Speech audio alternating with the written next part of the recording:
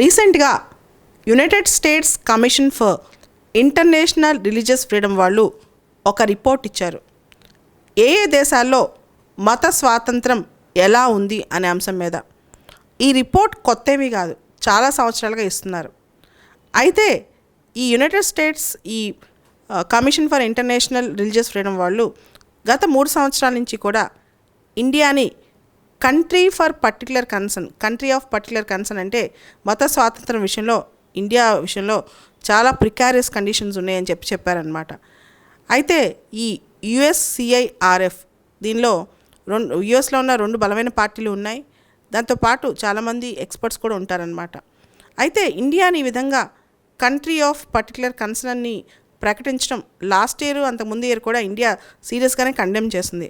ముఖ్యంగా మన external affairs minister last year Jaishankar garu మాది కంట్రీ ఆఫ్ పర్టిక్యులర్ కన్సర్న్ కాదు, మీదే institution or commission of particular concern అన్నారు. అంటే మీ ఇచ్చే ఇన్స్టిట్యూషనే కమిషనే తప్పు, ఆ రిపోర్ట్లు తప్పు అని చెప్పి ఇండియా అన్నారు. యునైటెడ్ నేషన్స్ కానీ యునైటెడ్ స్టేట్స్ కానీ ఇలా రకరకాల సంస్థలు రకరకాల రిపోర్ట్లు ఇస్తూ ఉంటాయి. అయితే యుఎస్ అనేది ఒక కంట్రీ, సోవరిన్ స్టేట్ సిస్టంలో UN లాంటి సంస్థలు ఇవ్వచ్చేమో కానీ రిపోర్ట్లు, కంట్రీస్ ఒక దేశం ఇంకో దేశం పైన భయంకరమైన రిపోర్ట్లు ఇవ్వటం, తన అభిప్రాయాలు రుద్దాలని చూడటం ఎంతవరకు రైటు ఒకసారి ఆలోచించాలి. ముఖ్యంగా యునైటెడ్ స్టేట్స్ వాళ్ళు రకరకాల అంశాలు, ఉదాహరణకి USTR అని యునైటెడ్ స్టేట్స్ ట్రేడ్ రిప్రజెంటేటివ్ అని ఒక గ్రూప్ ఉంది.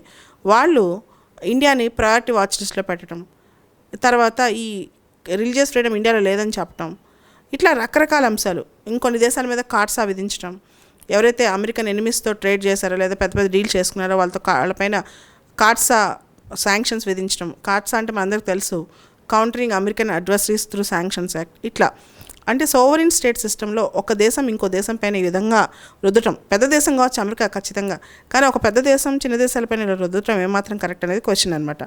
అయితే మనతో పాటు దాదాపు 15 దేశాలని ఈసారి మొన్న వచ్చిన రిపోర్ట్లో United states commission for international religious freedom వాళ్ళు ఈ కంట్రీస్ ఆఫ్ పర్టిక్యులర్ కన్సర్న్లో పెట్టారు. ఉదాహరణకి Pakistan, China, Iran, North Korea, Myanmar, Russia, even Saudi Arabia ఇలాంటి దేశాలన్నీ పెట్టారనమాట.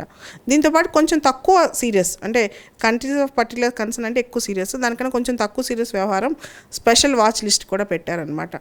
ఇవన్నీ చూస్తే యునైటెడ్ స్టేట్స్ వాళ్ళు world policemen, world moral keeper, world conscience keeper ఇలా వాళ్ళని పదజాలంతో పిలవాలని చాలామంది కనిపిస్తుంటుంది. ఎందుకంటే ప్రపంచంలో మేము మాత్రమే పర్ఫెక్ట్, మిగతా అందరూ కాదని. అయితే గత 2 సంవత్సరాలుగా United states commission for international religious freedom వాళ్ళు ఇలా పెట్టడంతో పాటు అక్కడ గవర్నమెంట్ని కోరారు ఇండియాని రెడ్ లిస్ట్లో పెట్టాలని చెప్పి. కానీ లాస్ట్ ఇయర్ అంతకుముందున్న డొనాల్డ్ ట్రంప్, తర్వాత జో బిడెన్ కూడా ఇండియాని రెడ్ లిస్ట్లో పెట్టలేదు. అయితే భవిష్యత్తులో ఇలాంటి వాటి వల్ల ఇండియా పైన US వాళ్ళు కావాలని చేసే మరక మాత్రం పడే అవకాశం ఉంది. ఎంతో కొంత హ్యూమన్ రైట్స్ వయలేషన్ జరగకుండా ఉండవు ఏ దేశంలో అయినా, కానీ ఇతర దేశాలకు ఏం పని మన దేశం పైన ఒక స్టాంప్ వేయటం అనేదే ఇప్పుడు అందరూ ప్రశ్నించే అంశం. కిరణ్, దీని మీద నువ్వేమంటావు? United states commission for international religious freedom వాళ్ళు మన మీద ఇచ్చిన కంట్రీ ఆఫ్ పర్టిక్యులర్ కన్సర్న్ మీద నీ ఒపీనియన్ ఏంటి? దానివల్ల మనకు వచ్చే నష్టాలు ఏంటి? దాని మీద ఇండియన్ గవర్నమెంట్ ఎలా రియాక్ట్ అవుతుంది?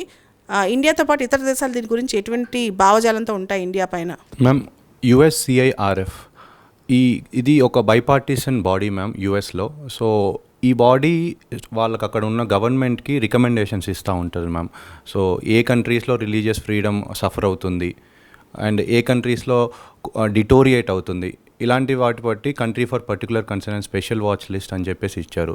So presently countries for particular కన్సర్న్లో మనతో పాటు ఇండియాతో పాటు Pakistan, Bangladesh, Myanmar, Iran, North Korea ఇలాంటి కంట్రీస్తోని మనని పెట్టడం అన్నది ఎంతవరకు సమంజసం అన్నది మనం ఒకసారి ఆలోచించగలగాలి.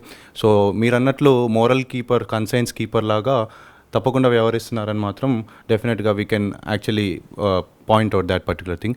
సో ఈ ట్యాగ్ లైన్ వల్ల ఏమవుతుందంటే వాళ్ళు ఈ పర్టికులర్ కమిషన్ టార్గెటెడ్ శాంక్షన్స్ ఇవ్వాలి అని చెప్పేసి రికమెండ్ చేస్తారు మ్యామ్. ఫర్ ఎగ్జాంపుల్ ఇన్సిడెంటల్లీ మన ఓన్ ప్రైమ్ మినిస్టర్ మోడీ గారిని ఒక 10 years పాటు, నియర్లీ 9 to 10 years పాటు యుఎస్లో ఎంటర్ అవ్వనివ్వకుండా చీఫ్ మినిస్టర్గా ఉన్నారు, గుజరాత్ చీఫ్ మినిస్టర్గా ఉన్నప్పుడు 2002 రైట్స్ తర్వాత యుఎస్ రానివ్వకుండా యుఎస్ వీసాని క్యాన్సిల్ చేశారు మా మోడీ గారిని.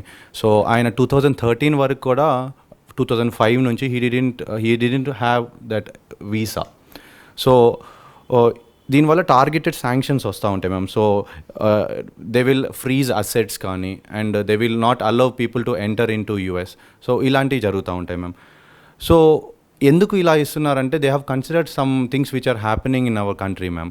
For example UAPA act students మీద, రిలీజియస్ ఫ్రీడమ్ మీద సో ఇంపాక్ట్ చేయడం అంటే ఇంపోజ్ చేయడం కానీ, and also anti conversion bills తీసుకురావడం కానీ, and also we can see that presently వాళ్ళు ఏమంటారంటే our state and central governments are propagating Hindutva ideology or Hindu nationalist agenda which is affecting minorities, especially Sikhs కానీ, Muslims కానీ, దళిత్స్ కానీ.